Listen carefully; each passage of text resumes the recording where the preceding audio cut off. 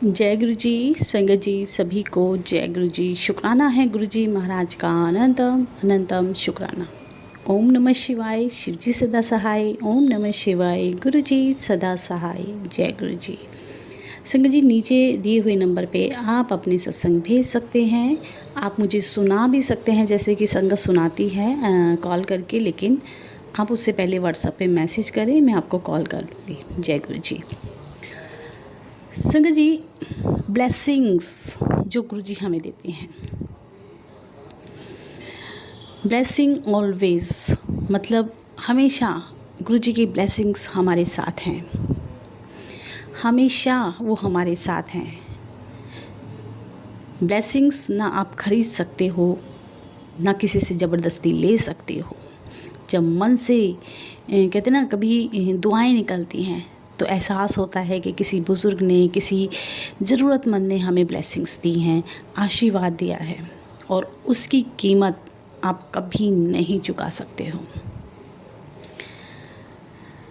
संगत जी एक छोटा सा प्रसंग आप लोगों के साथ शेयर करती हूँ, उसके बाद आंटी का सत्संग है और बहुत ही प्यारा सत्संग है। प्लीज़ सत्संग को पूरा सुना करो। आप उसके 10 मिनट 5 मिनट सुनते हो फिर छोड़ देते हो। संगत जी एक राजा जिसका एक गांव था, और उस गांव से जो भी वो मतलब एक होता है ना मुआवजा, वो जो होता है जो उससे अदा करना होता है लोगों को, वहाँ से एक तरफ से इनकम टैक्स मान लो आप, वो कई सालों से नहीं दिया था राजा को। एक लड़का जिसको कुछ खास नहीं आता था, बस रब की रज़ा में रहना जानता था, वो काम की तलाश में था। किसी ने उससे पूछा कि क्या कर लेते हो। उसने किसी घुड़सवार की, राजा के दरबार से कोई आया था, उसकी मदद की थी। तो उसने पूछा कि तुम क्या काम कर लेते हो। बोले मैं थोड़ा बहुत छोटा मोटा सभी कुछ कर लेता हूँ, परफेक्ट किसी चीज़ में नहीं हूँ। तो बोला नौकरी चाहिए, चलो मैं आपको राजा के दरबार में नौकरी दिलाता हूँ। राजा ने कहा कि और तो ये कुछ नहीं करना जानता, लेकिन जो गांव है, जिस गांव ने कई सालों से इनकम टैक्स नहीं दिया है, या जो भुगतान होता है उनका सालाना वो नहीं दिया है, इसको उस गांव में भेजो। राजा ने खुद से हुक्म दिया कि उस गांव में जाओ और जो अभी तक नहीं दिया है उनसे कहो कि दे। काफ़ी साल हो गए हैं, लेकिन मेरे लिए वहाँ से वो लेके आना जो हमारे राजमहल में नहीं है। ये बात थोड़ी अजीब लगी उस लड़के को कि राजमहल में तो सब ही कुछ है, सब कुछ तो है, अब राजा को वहाँ से क्या चाहिए। हाँ, पैसों की बात अलग है कि मंगा रहे हैं, और जो भी इनकम टैक्स है वो मैं कलेक्ट करके लेके आऊँगा। सिंह जी जब वो वहाँ गया, एक पर्चा जो राजा की तरफ से उसे दिया गया था कि ये लोग हैं, इतना इतना सबका बकाया है, ऐसे करके वो कागज़ लेके वो गया। ढिंडोरा पिटवाया गया और एक ऊंचे स्थान पे खड़े होके उसने सब गांव वालों को बोला कि जी मैं आया हूँ राजा की तरफ से तुम लोगों से टैक्स वसूलने, और तुम लोग दो। गांव के लोग जितने भी थे रो रहे थे, कोई परेशान था क्योंकि बारिश नहीं हो रही थी कई सालों से। सब लोगों की आंखों से आंसू निकल रहे थे कि भाई अब तो राजा के यहाँ से भी हुक्म आ गया है, अब जो 2 रोटियां खाते हैं शायद वो भी नसीब नहीं होगी, क्योंकि टैक्स नहीं दिया तो राजा हमें दंड देगा। संगत जी उन्होंने, उस लड़के ने सबकी हालत देखी और उसे तरस आ गया। उसने कहा कि चलो तो मैं जाता हूँ वापस, राजा से कह देता हूँ कि तुम इस हाल में नहीं हो कि तुम उनका टैक्स दे सको। तो गाँव के लोग बोलने लगे कि तुम तो चले जाओगे, लेकिन थोड़े दिन बाद फिर राजा किसी को भेजेगा। तो उसने कहा कि नहीं आएगा कोई, मैं राजा से बात करूंगा, मैं राजा से बताऊंगा तुम्हारी हालत के लिए। बोले ऐसा हो ही नहीं सकता, कई बार कोई ना कोई आता है, अब की बार तुम आए हो, अगली बार कोई और आएगा वसूलने के लिए, लेकिन होगा ही नहीं तो हम कहाँ से देंगे। ये जो तुम्हारे हाथ में कागज़ है, इस पर सब कुछ जिसका जितना बकाया है सब कुछ लिखित में हैगा। तो उस लड़के ने क्या किया, वो कागज़ फाड़ के, और पास में ही आग जल रही थी, सर्दियों के दिन थे, वो आग में डाल दिया। अब राजा के वो गांव के लोग बड़े खुश, बड़े इतने खुश, सब नाच रहे हैं, कूद रहे हैं, दुआएं दे रहे हैं राजा को, कह रहे कि राजा का भला हो, ये हो वो हो। ऐसे कर करके राजा के दिन दुगनी रात चौगनी तरक्की करे, राजाओं का राजा हो, ऐसे करके सब नाच गा रहे हैं, उसको राजा को ब्लेसिंग्स दे रहे हैं, बहुत खुश थे। अब जब वो लड़का गांव राजा के पास पहुंचा तो राजा ने कहा कि तुम टैक्स ले आए। तो उसने कहा नहीं, टैक्स तो नहीं मिला क्योंकि उनकी हालत नहीं है कि वो दे सकें। तो कहे वो राजा बोला मुझे तो पहले ही पता था, पहले जो लोग गए हैं वो भी नहीं ला पाए और तुम आए हो तो तुम भी नहीं लेके आ पाए हो। तो राजा ने कहा वो कागज़ मैंने फाड़ के जला दिया, क्योंकि वो दे आज भी नहीं सकते और कल भी नहीं दे सकते। राजा को बहुत बुरा लगा कि इसने तो कागज़ ही फेंक दिया। तो राजा को अपनी वो बात याद आई कि मैंने तुमसे एक चीज़ और कही थी कि अगर टैक्स ना ला सको तो मेरे लिए वहाँ से वो लाना जो मेरे महल में नहीं है। लड़की ने कहा कि आपने मुझसे कहा था कि वो लेके आना जो महल में नहीं है। राजा ने कहा कि हाँ, मैं उसी का इंतज़ार कर रहा था कि तुम क्या लाए हो मेरे लिए। तो उस लड़के ने कहा कि मैं तुम्हारे लिए दुआएं लेके आया हूँ, आशीर्वाद लेके आया हूँ, क्योंकि आपके महल में कोई बुज़ुर्ग नहीं है, आपके माता पिता नहीं हैं, आपको कोई आशीर्वाद नहीं देता, और आप क्योंकि रब को भी नहीं मांगते, उनके आगे मत्था भी नहीं टेकते, तो ब्लेसिंग्स मिलेंगी कहाँ से।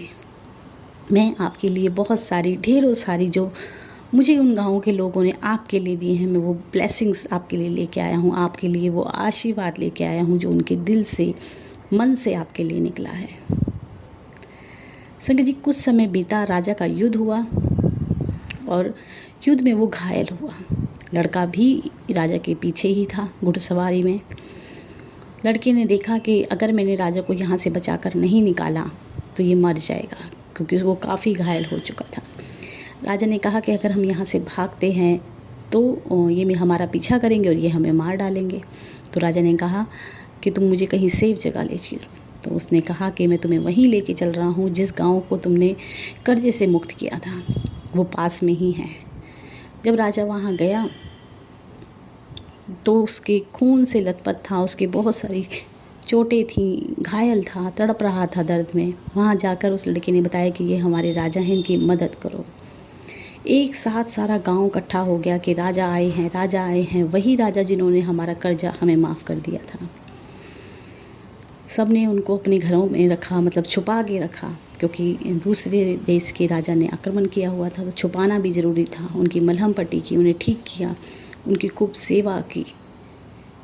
और जब राजा वहाँ से ठीक होकर निकलने लगा तो सब ने कहा कि राजा आपका बहुत बहुत शुक्राना है, धन्यवाद है, क्योंकि आपने हमें कर्जे से मुक्त कर दिया। हम सिर्फ आपको दुआएं दे सकते हैं, आशीर्वाद दे सकते हैं, ब्लेसिंग्स दे सकते हैं, हमारे पास इसके अलावा कुछ नहीं है। राजा ने कहा कि ये वही ब्लेसिंग्स तो हैं जिसकी बदौलत आज मैं ज़िंदा हूँ, क्योंकि मेरी मरने वाली हालत थी और मैं तुम्हारी दुआओं से बच गया हूँ।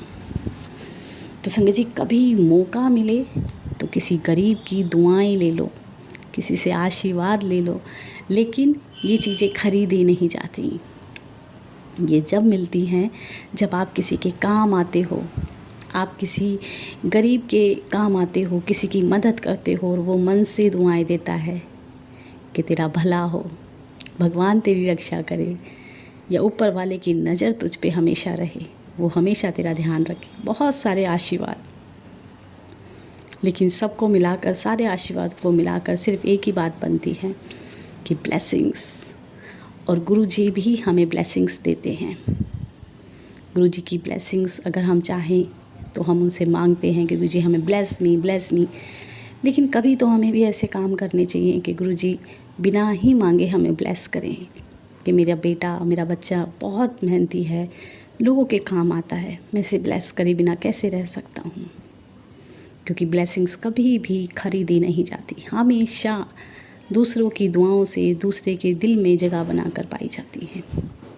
संगत जी, आज का जो आंटी का सत्संग है, आंटी की मम्मी बहुत बीमार थी, और क्योंकि आंटी हमेशा से भोले बाबा की भक्त थी, और जब मम्मी बीमार हुई तो वो बेल पत्री चढ़ा के आती थी, जल चढ़ा के आती थी, और कुछ महीनों में ही आंटी की मम्मी उनको छोड़कर चली गई। आंटी एक डिप्रेशन में चली गई थी, उनके फेस एकदम काला हो गया था, और मतलब कहते हैं जैसे झाई पड़ जाती हैं, टेंशन के मारे फेस अजीब सा हो गया था। बेटी थी जो बहुत छोटी थी, और इस परिस्थिति में जब भी कुछ याद आता दिमाग में तो वो रोने लग जाती थी, बार बार अपनी माँ को याद करके रोती थी। जब वो रोती थी और एक दिन एक आंटी उनके पास में आई, क्योंकि गुरुजी की संगत उन्होंने कई बार देखी थी, मतलब आस पड़ोस में जैसे पता चलता है कि गुरुजी की संगत है, गुरुजी कुछ बातें उनको गुरुजी के बारे में पता थी, लेकिन वो गुरुजी को नहीं मानती थी क्योंकि वो भोले बाबा को मानती थी। उनका मानना था कि भोले बाबा हैं, परमात्मा हैं। मंदिर जाती थी, सब कुछ करती थी, लेकिन गुरुजी की तरफ उनका कोई वो नहीं था, रुझान नहीं था। एक दिन वो रो रही थी, कपड़े धोते धोते, किराए पे रहती हैं वो, और रोते रोते कपड़े धो रही थी। जैसे होते ना कि कई सारे किराएदार एक साथ रहते हैं, बीच में थोड़ी जगह होती है, इस तरीके से। तो वो रो रही थी। एक आंटी उनके पास आई और उनसे कहा कि बेटा और कितना रोएगी, अपनी हालत देख, अपना फेस देख, कैसी हालत हो गई है तेरी। तो वो बोली कि आंटी मेरी माँ चली गई, अब मेरे पास कुछ भी नहीं है। एक माँ थी जिससे मैं अपनी बातें कर लेती थी अपने मन के बारे में, मेरे कहने के लिए, अपने कहने के लिए तो मेरे पास एक मेरी माँ थी। और वो फिर रोने लगी। सामने एक मेज़ थी जहाँ पे वो कपड़े धो रही थी, सामने एक मेज़ पड़ी थी। बोली आंटी वहाँ पर एक बटरफ्लाई आके बैठ गई। मैंने अपनी ज़िंदगी में इतनी बड़ी बटरफ्लाई नहीं देखी। बहुत बड़ी बटरफ्लाई, चमगादड़ होते हैं जैसे, उससे भी बड़ी बटरफ्लाई थी। और वो बैठ गई और मैं रोई जा रही हूँ, मैं अपनी बातें करी जा रही हूँ कि मम्मी चली गई, भोले बाबा तुमने ये क्यों कर दिया। बोली तो मैंने जाके देखा कि ये है क्या, पीला पीला पीले रंग की बटरफ्लाई थी। अब क्योंकि सुन रखा था कि गुरुजी बटरफ्लाई के रूप में आते हैं, हमारे कष्ट हरते हैं, बहुत सारी संगत से उन्होंने सुना था, बस मन नहीं था गुरुजी की तरफ। उन्होंने सोचा कि ये बटरफ्लाई बैठी है, ये प्यासी होगी। उन्होंने एक कटोरी में पानी लिया और उसके आगे रख दिया और फिर वही अपनी बातें बड़बड़ाने लगी। बोली आंटी ऐसा लग रहा था जैसे वो बटरफ्लाई मेरी बातें सुन रही हो, मेरी मन की मनोदशा वो सारी जानती हो और मुझे देख रही हो, मुझे निहार रही हो और मुझे देख कर कह रही हो कि तू चिंता मत कर। वो बैठी रही, मेरी बातें सुनती रही और मैं बोलती रही। उसके बाद एक आंटी उनको मिली और उन्होंने गुरुजी के बारे में मतलब बताना उनको शुरू किया। पड़ोस में एक आंटी थी, उनके घर गुरुजी की गद्दी लगी हुई थी। एक दिन अचानक वहाँ चली गई और वहाँ जब वो गई, जो गद्दी लगी हुई थी सामने गुरुजी का स्वरूप था। बोली मुझे गुरुजी के पहली बार वहाँ दर्शन हुए। और उन्होंने कहा कि आंटी आप भी गुरुजी को मानते हो। बोली हाँ, हमारे घर मतलब अभी सत्संग है थोड़े दिन बाद, और सत्संग में आप ज़रूर आना। बोली नहीं, मैं गुरुजी को मानती नहीं हूँ, मैं भोले बाबा को मानती हूँ। फिर भी उन्होंने कहा कि तुम आना, और ऐसा कुछ हुआ कि वो सत्संग में गई। वहाँ जाके उनको जो टोकन मिला शूज़ का, वो मिला नंबर 13, और उनको ये 13 नंबर बहुत बुरा लगा। बोली क्योंकि 13 नंबर को वो अनलकी मानती थी कि अभी तो मेरी मम्मी ख़त्म हुई हैं और ऊपर से ये 13 नंबर मुझे दे दिया है, ये अनलकी नंबर है। लेकिन आंटी ये नहीं जानती थी कि यही 13 नंबर उनके लिए लकी बनेगा, यही 13 नंबर उनके जीवन को बदलने वाला है। क्योंकि उस दिन आंटी ने ये कहा कि ये तुम्हारी ब्लेसिंग है जो गुरुजी ने तुम्हें दी है। और जैसा कि हम सब जानते हैं 13 नंबर गुरु नानक जी ने ब्लेस किया था, जिसका सीधा सीधा मतलब है कि सब 13-13। संगत जी, जब ये सब चीज़ें हुई, आंटी बैठी थी सत्संग में। बोली एक बहुत बुज़ुर्ग औरत संगत पीछे से उन्होंने मेरी कमर पे हाथ रखा और मेरी झोली में उन्होंने गुरुजी का ब्रेसलेट डाल दिया। मैंने उनकी तरफ देखा और वो मुस्कुराई और इशारा किया कि रख ले, तुम्हारी ब्लेसिंग है। बोली इस तरीके से गुरुजी मेरे घर आए पहली बार। अभी फ़िलहाल में उन्होंने एक सत्संग सुना था जिसमें मैंने कहा था कि मैंने क्या कहा था, गुरुजी बुलवाते हैं संगत जी के स्वरूप हैं बहुत सारे, और अलमारी में रख लेते हैं हम लोग, कैलेंडर मिलते हैं अलमारी में रख लेते हैं। वो आपकी ब्लेसिंग होती हैं जो आपको मिलती हैं और हम लोग उनको अलमारी में रख देते हैं। आंटी ने सत्संग सुना और क्योंकि वो पंजाब में रहती हैं, वहीं पर एक आश्रम जो गुरुजी का बनना है, वहाँ पे वो भूमि पूजन में गई थी और उनको वहाँ पे से बड़े बड़े स्वरूप मिले थे। उन्होंने वो लाके अलमारी में रख दिए। जब सत्संग सुना तो समझ आया कि गुरुजी की ब्लेसिंग है और अलमारी में नहीं रखनी है। लेकिन उनका मानना ये था कि गुरुजी मेरा जब नया घर बनेगा तब मैं आपको उसमें लगाऊंगी, इस छोटे से घर में मैं कहाँ आपको रखूँ, कहाँ मैं आपका स्वरूप लगाऊँ, क्योंकि चूहे बहुत हैं, जल प्रसाद भी गिरा देते हैं। बड़े बड़े स्वरूप, बड़े प्यारे प्यारे स्वरूप थे। लेकिन आंटी ने सत्संग सुनने के बाद सोचा कि गुरुजी की ब्लेसिंग है, अलमारी में तो नहीं रखनी। आंटी गई पास की किसी शॉप में जहाँ पे स्वरूप को बनाया जाता था, फ्रेम किया जाता था। आंटी के पास कुछ 1200 रुपये थे शायद, और आंटी गुरुजी के भरोसे कि गुरुजी आपने कहा है अलमारी में नहीं रखने, मैं आपके स्वरूप बनवाने जा रही हूँ, और क्योंकि मेरे पास बिल्कुल पैसे नहीं हैं, अब आप देख लो। यही कहते हुए गुरुजी के भरोसे वो जाके स्वरूप डाल के आ गई फ्रेम कराने के लिए। संगत जी, आंटी बोली कि एक आंटी हैं जिनसे मैं अपनी बातें करती हूँ, अपने मन की हर बात बताती हूँ। जैसे ही मैं स्वरूप बनवाने के लिए देकर आई और करके आई, उन आंटी ने आंटी के खाते में 7,000 रुपये कर दिए। बोली मुझे समझ नहीं आया, मैंने तो किसी से कही नहीं कि मेरे पास पैसे नहीं है स्वरूप लेके आने के लिए, या जो भी मन में उनकी परेशानी चल रही थी। तो उन आंटी को उन्होंने फ़ोन किया और कहा कि आंटी आपने मेरे खाते में 7,000 रुपये किए हैं। बोली हाँ, गुरुजी ने मन में थॉट डाली है, गुरुजी ने कहा है उसको ब्लेसिंग की ज़रूरत है, दे दे। बोली मैंने कुछ नहीं किया, गुरुजी का हुक्म था और मैंने इसलिए आपके अकाउंट में 7,000 रुपये डाले हैं। मुझे नहीं पता गुरुजी ने क्यों कहा, कैसे कहा, आपको शायद ज़रूरत होगी। आंटी का रो रो कर बुरा हाल था, ये सोच कर कि गुरुजी कितनी सुनते हैं। मेरे पास तो स्वरूप में दे तो आई, लेकिन लेके आने के पैसे नहीं थे। वो व्यवस्था भी गुरुजी ने कराई। आंटी गुरुजी से जब जुड़ी थी संगत जी, तो गुरु के मंदिर में गुरुजी का स्वरूप लगाया था। अंकल बिल्कुल नहीं मानते थे, और मतलब कई बार तो गुरुजी के स्वरूप भी उन्होंने उठाकर फेंक दिए, मंदिर भी तोड़ दिया। मंदिर में बहुत मतलब तमाशा उन्होंने किया। आंटी हमेशा रोती थी और हमेशा बोलती रहती थी कि गुरुजी अब आप देख लो।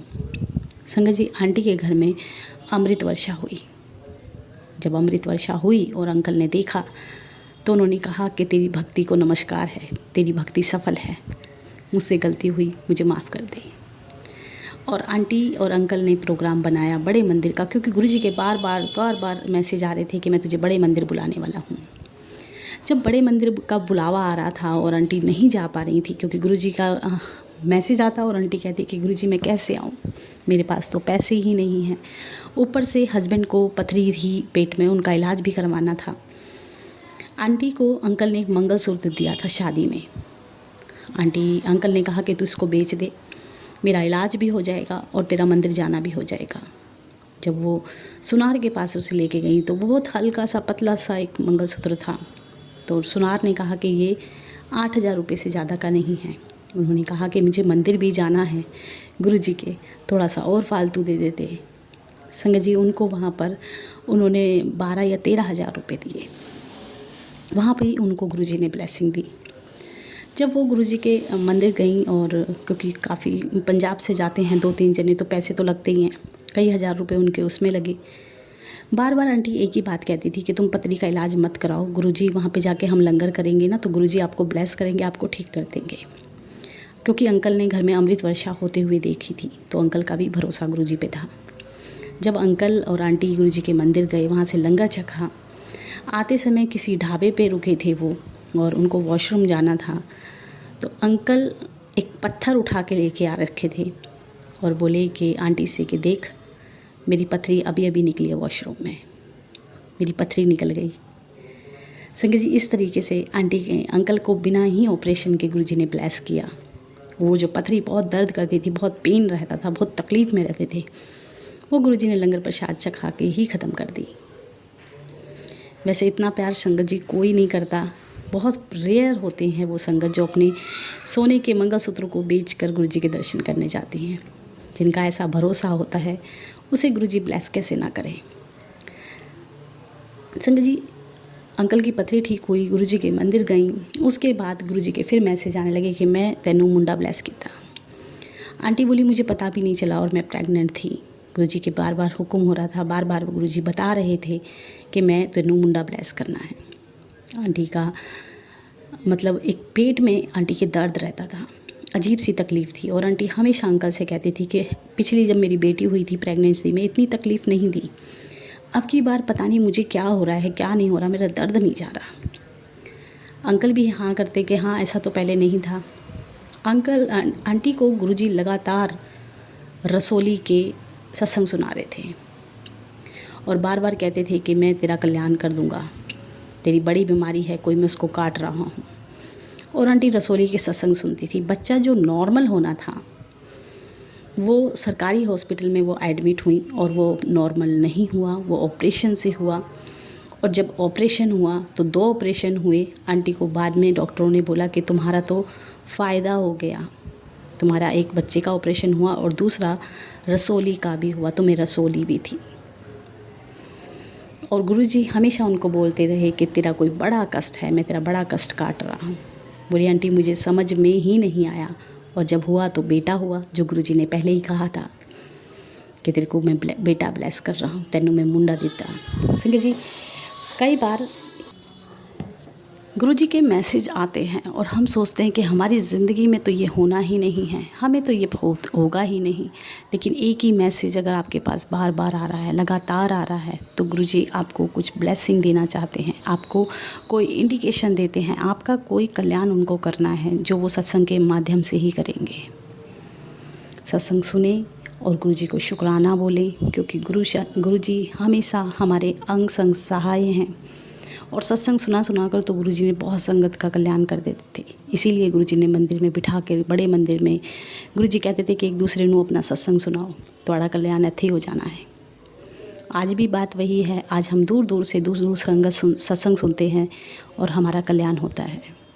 आज भी हम ऐसे ही ब्लेस होते हैं। पहले गुरुजी बड़े मंदिर में थे, अब गुरुजी हम सबके घर में हैं।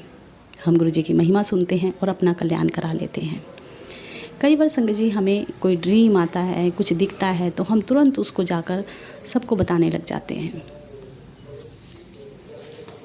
आसपास के लोगों से बात करना, उनकी चुगलियाँ करना, परेशानियाँ सुनना, इनसे तो कहीं अच्छा है कि हम अपने गुरुजी, जिससे हमारा कल्याण भी होता है। और ये वो डोज है, ये वो दवाई है जो रोज़ रोज़ खाने से हमारे गुरुजी के प्रति हमारा विश्वास बढ़ता ही चला जाता है। चाहे कोई कितनी ही निंदा करे, कोई कुछ भी बोले, लेकिन हमें पता है हमारे गुरुजी हमारा कल्याण करते थे, करते हैं और करते रहेंगे। आज के लिए इतना ही। जय गुरुजी।